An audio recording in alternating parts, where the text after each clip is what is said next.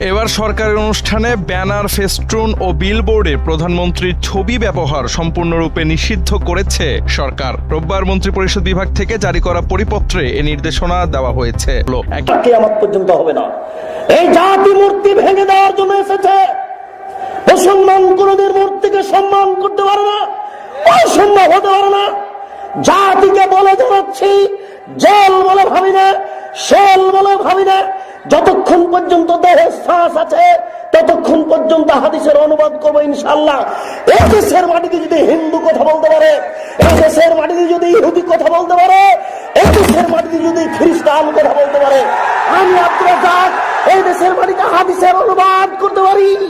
আমি এই দেশের মাটিতে হাদিসের অনুবাদ করতে পারি। দেশবাসী জেনে রাখো, দেশ শ্বাস থাকাকালীন অনুবাদ করবই করব। দেহে শ্বাস থাকাকালীন অনুবাদ করবই করব।